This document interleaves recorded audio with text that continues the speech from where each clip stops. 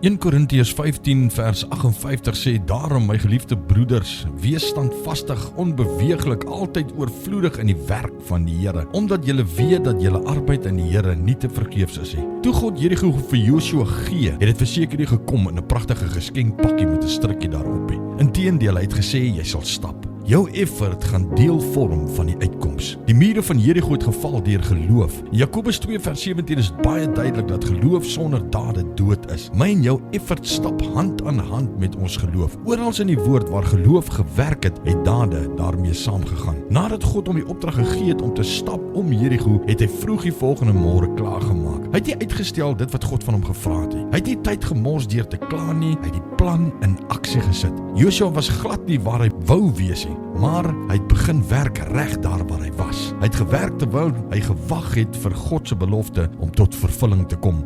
Werk terwyl jy wag, my vriend. Ons stap om die mure, ons spreek sy waarheid en elke tree daarna bring ons nader aan die waarheid. Abba Vader, Here, gee vir ons die krag en die wysheid en die insig om te stap in u waarheid. Here, sodat ons kan nader kom aan ons werklikheid. Dit wat u vir ons instoor het. Die oorwinning wat vir ons wag. In Jesus se naam. Amen.